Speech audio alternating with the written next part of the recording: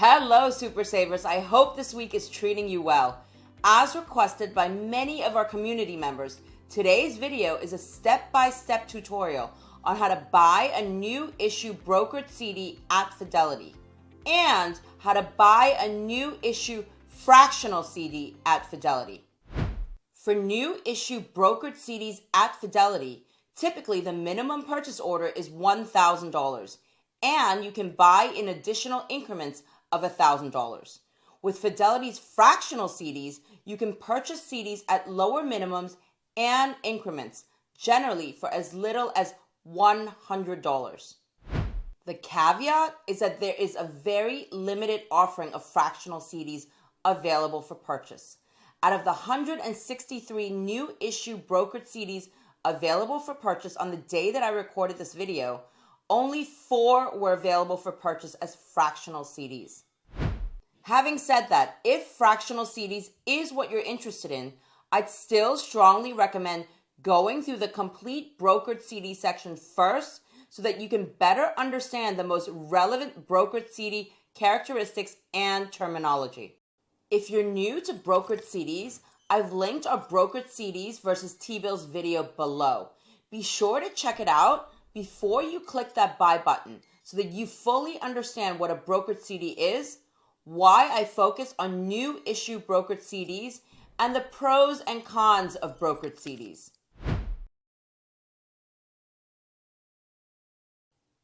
I'm assuming that you already have a Fidelity account, so the very first step is to log into it. Here's my dashboard or summary screen. I'll go to News and Research up here. And from the pull-down menu, I'll select Fixed Income, Bonds, and CDs, which will take me to this Fixed Income, Bonds, and CDs page. From here, I'll scroll down and select CDs and ladders. And this is the screen that will appear below. I'll scroll down further to the New Issue CD screen. You can see there are 163 new issue broker CDs available for purchase on the day that I recorded this video. This row here shows the term, and this row here shows the top rate for each term. So if I'm looking for a 6-month brokered CD, I click on this here. And below that, I'll see a list of the available new issue brokered CDs with a 6-month term. As you can see, there are 13 6-month new issue brokered CDs available for purchase, and the highest rate is indeed 4.550, as shown up here. If you want to buy a 6-month new issue brokered CD, you can stay on the screen as you go through the rest of the tutorial because it condenses the CD list from 163 to a much more manageable one. And if you want to buy a CD with a different term, just click on the relevant term up here before you go through the rest of the tutorial. So I'm going to buy a 1-month brokered CD for this tutorial, as I typically do for tutorials like this. So I'll click on all CDs to get back to the full list. And here's a list of the 1-month new issue brokered CDs. This column here shows the name of the issuing bank. This column here shows the coupon and coupon frequency. Now, because I'm looking at 1-month CDs, it shouldn't come as a surprise that I get my coupon payment, my interest payment, at maturity. If we look at the 1-year brokered CDs, we would find that some of them pay interest at maturity, like the 1-month brokered CDs, some pay semi-annually, and some pay monthly. And some, like this 18-month brokered CD here, even pay quarterly. Going back now to this list of 1-month new issue brokered CDs, this column shows the maturity date, and this column shows whether I can buy this as a fractional CD. None of the 1-month new issue brokered CDs can be purchased as fractional CDs. Okay, this column shows the yield, which is typically the same as this coupon column. And remember that these are annualized numbers, meaning that if I buy this 1-month CD from Unity Bank, this does not mean that I'm earning 3.350% over the 1-month term of this CD. So out of this list of 163 new issue brokered CDs, I only found one CD where the coupon was different from the yield. This 18-month one here from JP Morgan Chase that says step up under the coupon column and 4.5% under the yield column. And if I click on step up, here's the box that appears. And what this step up schedule shows me is that there is a specific end date for each coupon rate. And because the coupon rate increases over time, so does the yield to maturity on this brokered CD. The other thing to note about this new issue brokered CD is this call protection column here. There's a no. And if I click on it, it'll show me the call schedule for this CD, meaning the dates at which JP Morgan can redeem the CD or buy back the CD from me if they wish, as well as the price they will pay me if or when they exercise this call option. Now, if I compare this call schedule to the step-up schedule for the coupon rate that I just showed you, you can see that some of the dates coincide. So, if on June 6th, 2023, when the 4.5% coupon rate ends and then steps up to the higher coupon rate of 5%, if on that date prevailing market rates are lower than 5%, then it would make sense for JP Morgan to call the CD on June 6th, 2023 and give me back this $100 par value. This way, they don't have to pay me the 5% coupon rate on my old CD. They just redeem it, pay me back my par value, and issue new CDs at the lower market rate at that time. As I mentioned in my brokered CDs versus T-bills video, callability is important to me because I have a specific plan for my fixed income investments. They're supposed to be relatively risk-free and still pay a good rate for that level of risk. I don't want the issuing bank to be able to come in at some point and take that good rate away from me. And that's why I always check this call protection column to make sure that it says yes, which in the case of my new issue 1-month brokered CDs, it does. And if call protection is important to you, you should also take note of this column here. Moving on, here's the settlement date, the quantity available, and the CD term. And this column here is the attributes. CP stands for call protection, which we already talked about. FDIC means that this CD is being issued by an FDIC insured bank. According to Fidelity, all of the new issue brokered CDs Fidelity offers are FDIC insured.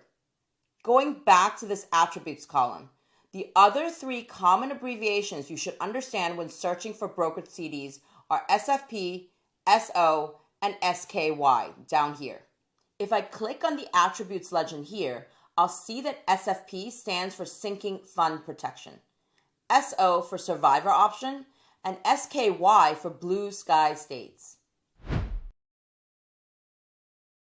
A sinking fund in this context is money set aside by the CD issuers, the issuing banks, that allows them to repurchase, to redeem a portion of their existing bonds before maturity at a specified sinking fund price.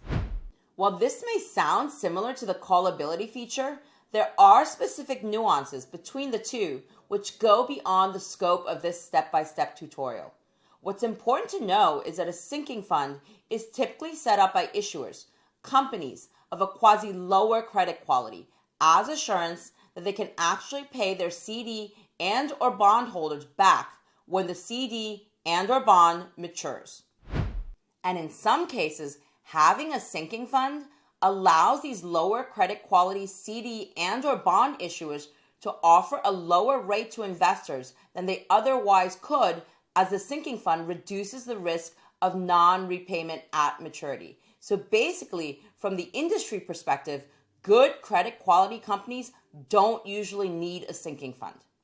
And specifically, when it comes to brokered CDs, sinking fund protection means that the offered CD does not have a sinking fund as part of its structure, which also makes sense because banks already have this good credit quality stamp, in a way, for private investors like us when they're FDIC insured.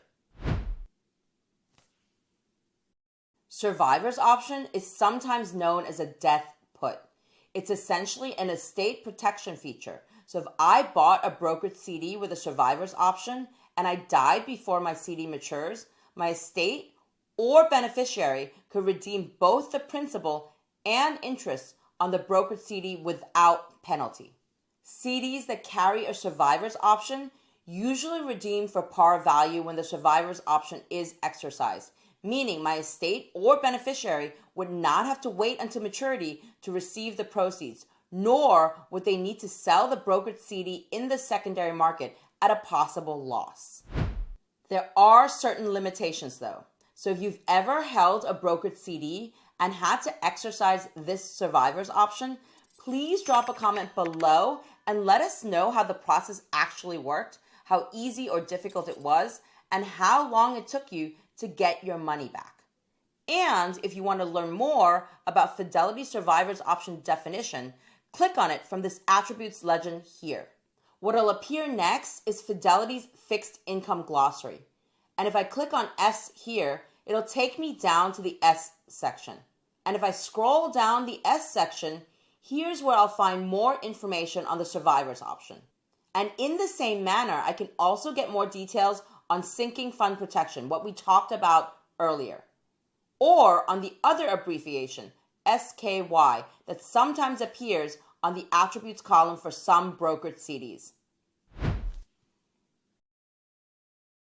Again, from Fidelity's fixed income glossary, the SKY abbreviation is used to point out those states that have blue sky laws that prohibit the marketing and sale of that security to customers residing in that state. Now, if I click on SKY here for this 1 month new issue brokered CD offered by Cambridge Savings Bank, I'll see this box pop up saying that this CD may not be purchased in the following states or territories. So to sum up the attributes column, the key attribute abbreviations to remember are CP for call protection, SFP for sinking fund protection, FDIC for FDIC protection, SO for survivor's option, and SKY, which shows the states that a particular brokered CD cannot be purchased in. If you're interested in purchasing a fractional brokered CD, meaning you want to invest less than the minimum purchase order of $1,000 and or in additional increments of less than $1,000, this is now where you might want to skip ahead to the how to buy a fractional CD section. I've included the timestamp below. For everyone else and for me, let's finally buy my 1 month new issue brokered CD now. So going back to my list of 1 month new issue brokered CDs, I'm going to scroll down and look for the one with the highest rate that matures as early as possible so that I'll have the proceeds back in my account to make the next tutorials for our Super Saver community. It's looking like this amalgamated bank 1 month option here. I'll double check that it has call protection, sinking fund protection, FDIC protection, and survivor's option, and that there is no SKY abbreviation that says I can't buy it in New York State. All good, so I'm going to check off this buy box here and click on buy before this low available quantity of 50 goes to 0. And this screen pops up. Here, I'll choose the account that I want to buy my brokered CD in. And I'll double check that the name of the issuing bank, the rate, the price, and all the other information are correct. Now I'll scroll down. Under order value, there's nothing right now. I'll enter 1 in the quantity box, and once I do, I'll see that the order value changes to 1 CD or $1,000. Remember that 1 equals $1,000 face value. Many of you have heard me say this before, but I'll say it again anyway because it's important. Don't put in 1,000 here if you want to buy $1,000 of the brokered CD. 1,000 here means you want to buy $1 million worth of the brokered CD, as you can see from the change in order value. So let's go back to my original order of 1 CD or $1,000. Now I'll choose no for auto roll because I don't want the proceeds reinvested into a similar term CD when this one matures. Then I'll click on preview order. This will take me to the preview order screen. I'll double check once again that all these details are correct. I'll also go through all the warnings here. Quantity is the number of bonds. 1 bond equals $1,000 face value. You knew that already because you're a Diamond Nest Egg Super Saver. Let's keep reading though to make sure we understand the rest of this information here. New issue CD orders will be executed on the closing date of the issue. View the order status on the orders or history screen. That's relatively straightforward. The next several points are also important to read through and understand. For the purposes of FDIC insurance coverage limits, all depository assets of the account holder at the institution issuing the CD will generally be counted towards the aggregate limit, usually $250,000 for each applicable category of account. And because I know this question will come up, do note that FDIC insurance covers depositors' accounts at each insured bank, dollar for dollar, including principal and any accrued interest through the date of the insured bank's closing, up to the insurance limit. Meaning, if you want your brokered CD to be completely covered by FDIC insurance, don't buy $250,000 of a brokered CD because any accrued interest will push you above the insurance limit. Now, let's go through the other important points in this yellow warning box. FDIC insurance does not cover market losses, and in some cases, CDs may be purchased on the secondary market at a price that reflects a premium to their principal value. The premium is ineligible for FDIC insurance. Visit the FDIC website for more details.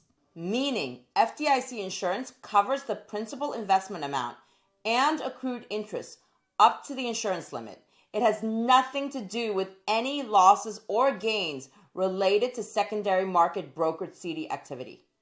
Let's scroll down to this last part here in the warning box, which tells you that once you've purchased the CD, the price you'll see on your positions page and statements will reflect an estimated market value, meaning the value in the secondary market. If sold prior to maturity, the actual price of the CD may be higher or lower. As long as the position is held until maturity, you will receive the CD's full face value and interest due. As I've mentioned before in this brokered CDs versus T-bill video here, I've linked it below. There's limited liquidity in the secondary market for brokered CDs. And personally, I would not buy a brokered CD if I were planning to sell it in the secondary market, because the price I'd most likely get in a rising interest rate environment like we're currently in, assuming I find a buyer, may be significantly less than I expected. This is something essential to highlight in my mind, given that the ability to sell in the secondary market is often pitched as an advantage for brokered CDs, with not enough mention of the limited liquidity that exists in that market. In any case, let's finish buying my brokered CD on the screen. I'll check again to make sure I'm actually buying what I want to buy. I am, so I'll click Place Order. And here you have it, Fidelity brokered CD fans, the confirmation page showing that I just purchased my brokered CD from Fidelity. And hopefully you've also received the confirmation that you've bought the one you wanted to by following this tutorial.